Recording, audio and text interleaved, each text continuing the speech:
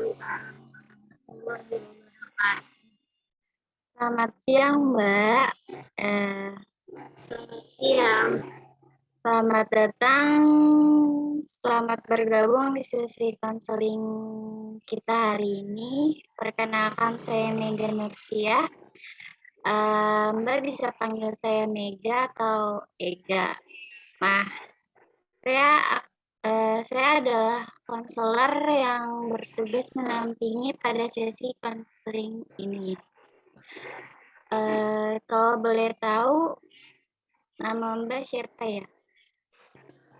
Nama saya Raisya Aulia Putri, biasa dipanggil Eca. Oke, baik. Berarti dipanggil Mbak Eca ya. Mbak Eca sekarang posisinya di mana? Posisi saya ada di Jakarta, di Kelurahan Palmerah. Oke, baik. Kira-kira lagi ada kesibukan apa hari ini? Untuk sekarang saya mahasiswa psikologi semester 6. Oke, baik. Saya akan memastikan bahwa segala sesuatu yang Mbak Eca katakan pada saya ini akan bersifat rahasia, sehingga Mbak bisa bercerita dengan nyaman, menceritakan keluh kesah, dan sebagainya.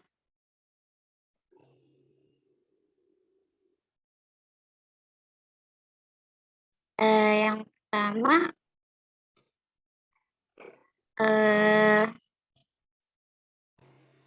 ada nggak sih salah satu masalah terbesar yang Mbak Ica alami?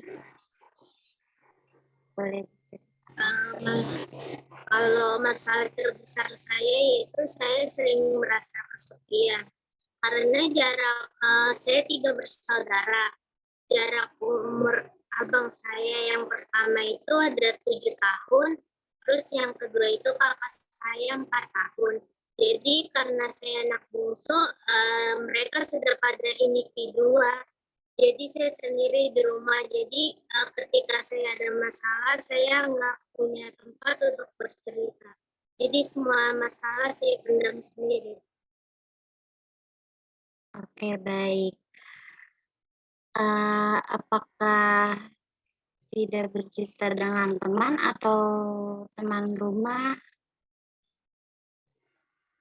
Untuk hal itu saya kurang percaya sama orang lain, jadi lebih baik saya pendam sendiri daripada orang lain menceritakan kepada orang lain lagi. Oh, oke, baik.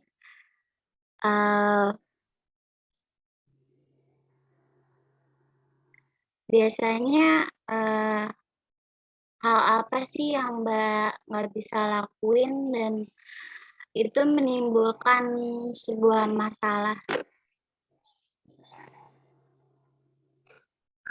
Masalah saya orangnya keras kepala.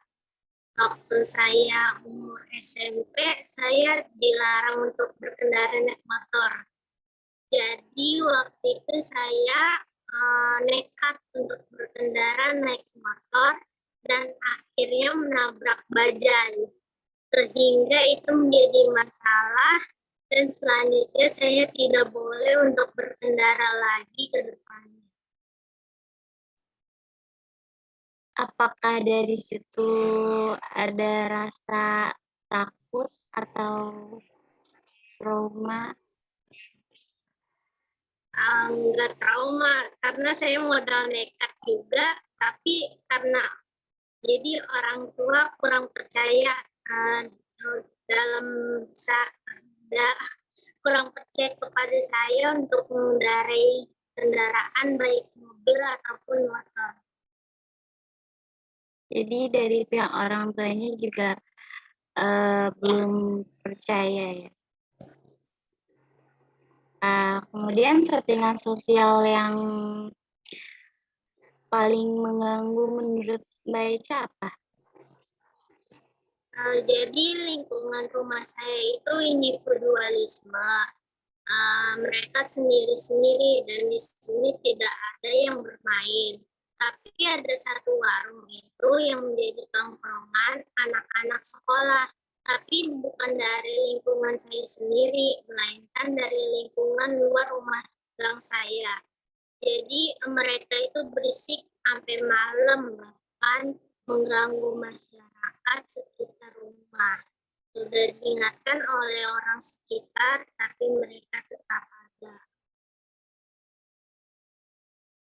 Karena saya juga tidak terlalu suka keramaian, jadi bagi saya itu mengganggu.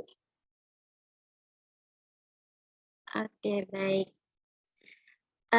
Perasaan negatif apa sih yang sering Anda rasakan?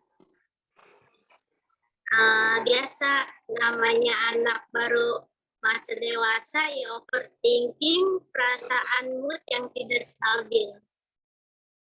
Biasanya overthinking-nya itu pikirin apa?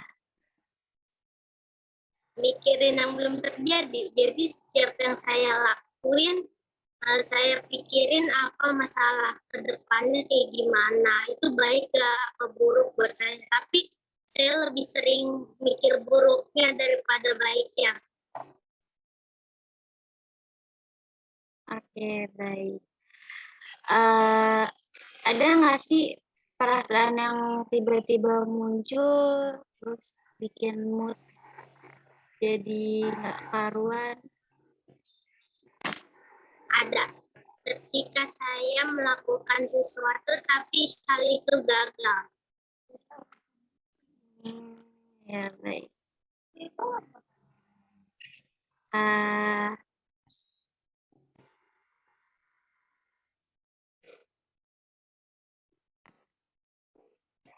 ada nggak sih seseorang yang bikin Mbak Ece ini mengalami kesulitan? Enggak ada yang enggak ada yang ganggu saya untuk mengalami kesulitan. Hanya diri saya sendiri yang merasa itu membuatnya sulit. Kalau misalnya Mbak Ece punya kesulitan, biasanya orang pertama yang Mbak Ica ingin suruh bantu Mbak Ica biasanya keluarga atau teman? Teman. Hanya hitungan beberapa teman doang yang dapat saya percaya, sisanya enggak. Oke, baik. Menurut Mbak Ica, hidup akan lebih baik kalau kitanya kayak gimana? Hidup akan lebih baik jika kita bersyukur tanpa membandingkan apa yang orang lain dapatkan. Oke. Kemudian Mbak Ica kalau cemas itu karena apa? Saya akan cemas biasanya di dalam keramaian.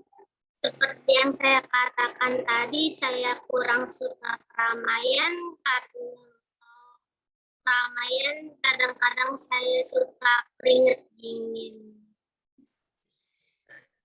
Tapi bisa dikontrol? Masih bisa. Kalau bagi saya dan lingkungan bagi saya, lingkungan kurang nyaman tuh buat saya cemas. Kayak pengen cepet pulang aja gitu bahannya. Pulangnya kayak langsung pengen pulang aja gitu ya, di rumah. Oke, biasanya yang disukai orang lain ke Mbak Ece itu apa? Saya harmonis, bisa bisa bergaul kepada siapa aja. Saya humble juga, bisa menerima teman saya tanpa kekurangan mereka. Oh iya. Seandainya nih Mbak Ica bisa merubah satu hal yang ada dari Mbak Ica, yang ada di diri Mbak Ica. Mbak Ica pengennya ini merubah apa dari Saya ingin merubah tentang kepercayaan diri saya.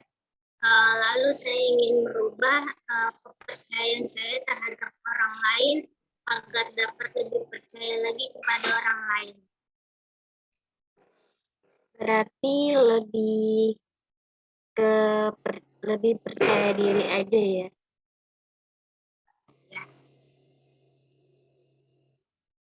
Oke, baik. Di sini jadi di sini saya memakai teknik terapi person interest. Kemudian dari cerita Mbak Ica sendiri, saya dapat simpulkan bahwa Mbak Ica ini kurangnya percaya diri, kemudian sering merasa sepi karena keluarga yang pada sibuk urusannya masing-masing. Di sini saya memberikan saran sebaiknya Mbak Ica bisa bercerita dengan teman dekat atau sekiranya teman lama yang memang benar-benar dekat, yang benar-benar bisa diajak cerita, jangan dipendam sendiri karena itu akan menambah beban pikiran Mbak Ica sendiri, jadinya nanti stres. Walaupun memang banyak orang yang kurang percaya pada temannya sendiri ya, cuman seenggaknya kalau memang ada masalah, cerita, siapa tahu teman-temannya ini punya solusi. Jadi Mbak Ica tidak merasa sendiri lagi, punya teman dekat, dan sebagainya.